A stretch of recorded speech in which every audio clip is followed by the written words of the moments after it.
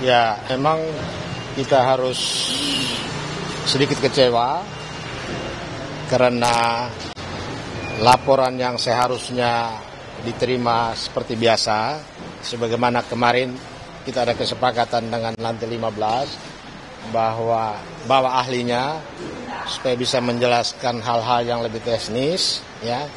Tadi sudah dijelaskan juga, tetapi ujungnya kita sepakat untuk tidak sepakat.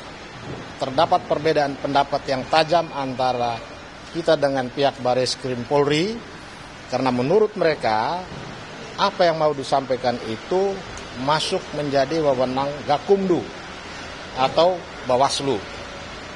Padahal informasi yang mau disampaikan oleh Tim Pembela Demokrasi Indonesia dan Perangkat Nusantara adalah dugaan tindak pidana yang menyangkut pelanggaran hukum, menyangkut kejahatan politik tingkat tinggi, ya, menyangkut bagaimana kelangsungan kepemimpinan nasional yang harus berproses dari prosedur yang jujur, benar dan adil, yang sebagian besar rakyat Indonesia pada hari-hari ini terjadi dua blok. Ada satu blok yang mempercayai apa yang diumumkan oleh KPU saat ini, sebagian besar masyarakat tidak percaya karena mencurigai yang disebut makhluk yang disebut Sirekap itu bermasalah. Dan masalahnya seperti apa, ahli ITE ini Pak Roy Suryo sudah menjelaskan berkali-kali di berbagai forum diskusi, tadi juga sudah dijelaskan di hadapan teman-teman Bareskrim Polri, tetapi tidak ada kesepakatan. Yang mungkin lebih jelasnya Pak Roy bisa menjelaskan kembali mengapa bisa sampai terjadi seperti itu. Tetapi tadi kita juga sudah siapkan surat laporan secara resmi ditujukan langsung kepada Kabareskrim sesuai dengan saran pihak penyidik Bareskrim pada hari Jumat kemarin. Dan itu surat diterima. Materi laporan yang kita mau masuk melalui SPKT itu sudah kita buat surat langsung kepada Kabareskrim. Jadi kita minta ini juga harus diproses. Kalau persoalan ini dibawa ke Gakumdu, ya, sebagai pelanggaran pemilu yang hal-hal yang teknis dan kecil, itu kami tidak rela karena ini persoalan besar. Ini kejahatan ini kalau yang diduga-duga ini terbukti, ini kejahatan besar yang luar biasa. Menyangkut pemilu sendiri, lembaga KPU, dan bagaimana kita melahirkan kepemimpinan nasional dengan pemilu yang jujur dan adil. Itu saja. Sudah sampai di dalam, kemudian laporannya ditolak atau seperti apa nih Pak? Ya, jadi sepanjang yang saya ketahui tadi, memang ada diskusi sebelumnya dan kita menghormati bagaimana Bareskrim itu memproses laporan agar sorry. Ya, jadi sepanjang yang saya tahu tadi, ya, karena saya mendampingi terus dari dalam, jadi Pak Petrus dan kawan-kawan tadi sudah menyampaikan dan kita diskusi cukup panjang. Tapi diskusinya bagus kalau menurut saya. Jadi saran dari Bareskrim adalah karena ini masih dalam ranah pemilu, ya. Di Gakumdu itu ada juga kepolisian, ada juga kejaksaan, ya, diminta untuk ke sana. Tapi kita juga tadi menyampaikan, kita juga akan mengirimkan surat kepada Kabareskrim dan surat itu juga sudah diterima. Intinya apa? Sebenarnya ini bukan hanya persoalan pemilu seperti tadi kata Pak Petrus, ya, karena ada kabar bohong di dalamnya, ada juga pernyataan yang tidak benar, ya, gitu. Tapi kan akhirnya sekarang kita harus mengacu kepada undang-undang, misalnya undang-undang ITE yang di pasal 27 ayat 3 di mana harus ada kerusuhan fisik. Ini kan malah kita jadi ngeri. Andai kata, ya, ini saya ini sebagai warga masyarakat awam, andai kata laporan dari Pak Petrus dan kawan-kawan dari TPD ini diterima, mungkin masyarakat bisa tenang, ya, karena laporannya sudah tidak. Tapi kalau ini laporan mereka mendengar bahwa laporannya masih ditangguhkan seperti ini, ya, itu kan nanti apa harus nunggu kerusuhan fisik. Kita kan, saya sendiri kan tidak berharap terjadinya apa yang seperti tahun 98 itu terjadi lagi gitu loh. Dan memang undang-undang sayangnya mengatakan demikian. Harus ada kerusuhan fisik gitu. Apa kita harus menunggu itu. Dan yang kedua adalah ada juga bukan hanya soal, tapi misalnya soal pelanggaran undang-undang perlindungan data pribadi. Soal server yang ada di luar negeri dan kemudian ada di dalam negeri. Kemudian juga ada hal yang kita laporkan tentang Sirekap dan tentang orang-orang KPU sendiri. Jadi ini bukan sekedar pelanggaran pemilu, ya, karena dalam pelanggaran pemilu itu ada 9 hal yang diatur, gitu ya, termasuk misalnya ada caleg yang dia harus melaporkan suaranya atau dia mengganggu proses di TPS atau itu hal sangat mikro.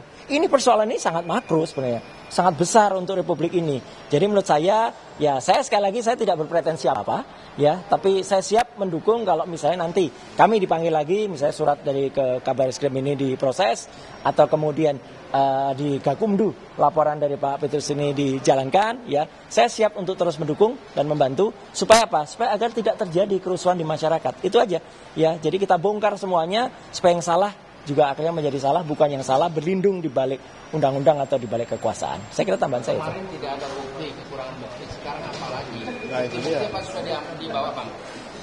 Sudah. Jadi buktinya lengkap, ada semua, termasuk ketika situs itu didaftarkan di Singapura, kemudian itu tidak diakui, ya. Salah satu komisioner KPU, ya, 2 minggu yang lalu dalam konferensi pers ini di depan publik, yang konferensi pers waktu itu dia tidak menerima wartawan itu loh, ya, yang dia terus pergi gitu aja ngaci, dan itu kan dia menjelaskan tidak ada data di luar negeri, itu salah besar, itu bohong gitu, ya, gitu. Kemudian Penolakannya apa ini, Bang? nah itu tadi Pak Petrus yang lebih mengerti secara alasan hukum. penolakannya bahwa ini masuk dalam ruang lingkup wewenang Gakumdu. Masih ranah Menurut pemilu. kami ini mengecilkan masalah. Karena isu yang kami bawa untuk diserahkan kepada Bareskrim ini adalah isu tentang sebagian besar masyarakat tidak percaya terhadap angka hasil penghitungan KPU yang sekarang mulai dari tanggal 14 Februari sampai sekarang ini kok sama. Ada dugaan bahwa itu manipulasi yang bersumber dari sirekap yang disebut-sebut, yang diandalkan oleh KPU sekarang. Yang kedua, karena ini diyakini sebagai suatu hasil yang tidak betul, dan ini sudah menimbulkan keonaran, masyarakat saling berhadap-hadapan, bahkan nyaris terjadi perselisihan secara fisik. Tiap hari kita mendengarkan narasi-narasi yang menyeramkan di berbagai forum diskusi, tetapi Polri kita belum lihat mengambil langkah-langkah untuk meredam, mendamaikan, menciptakan suasana yang sejuk. Polri sekarang semakin jelas tidak akan membenarkan. Kami melihat bahwa mereka sudah tidak netral, dan kita minta tanggung jawab ke Polri.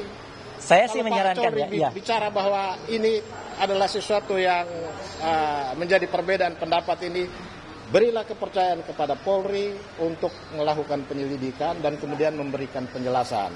Kalau Kapolri atau Kabareskrim menyatakan begitu, tentu masyarakat juga tenang. Ya. Tetapi selama ini kan kita tidak pernah dengar pernyataan-pernyataan itu. Sementara Bawaslu, DKPP, rakyat sudah tidak percaya. Karena mereka itu sudah sering kali diberikan putusan tentang pelanggaran etik yang diberi sanksi, peringatan keras terakhir berkali-kali. Siapa yang mau percaya mereka? Kita percaya Polri. Karena itu kita bawa persoalan besar ini ke Bareskrim Polri. Karena dia punya kekuasaan, dia punya kewenangan, dia punya sumber daya manusia yang hebat-hebat, yang bisa menyelesaikan ini. Mungkin cukup waktu 2 minggu penyelidikan. Ternyata apa yang disampaikan oleh KPU betul, ya katakan betul. Kalau tidak betul, ya katakan tidak betul supaya ditinjau kembali. Ya, satu lagi, sedikit aja tambahan dari Pak Petrus. Kita tadi sebenarnya di dalam juga memberikan contoh. Saya kasih contoh yang bagus dari petugas kepolisian. 20 tahun yang lalu, waktu itu ada data yang salah atau data yang dibuat salah karena ada hacker di KPU. Ya, waktu itu KPU-nya saya angkat jempol, ya, KPU-nya masih Bu Kusnul Maria waktu itu.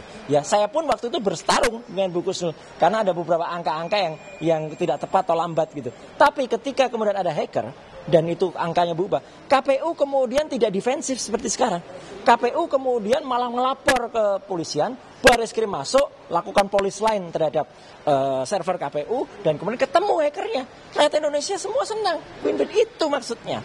Jadi artinya apa? Kalau ada kejahatan ditemukan bukan seperti sekarang. Seolah-olah mereka bilang, oh kami sudah disertifikasi, kami sudah kerjasama dengan BSSN, kami sudah ada Kominfo. Nyatanya apa?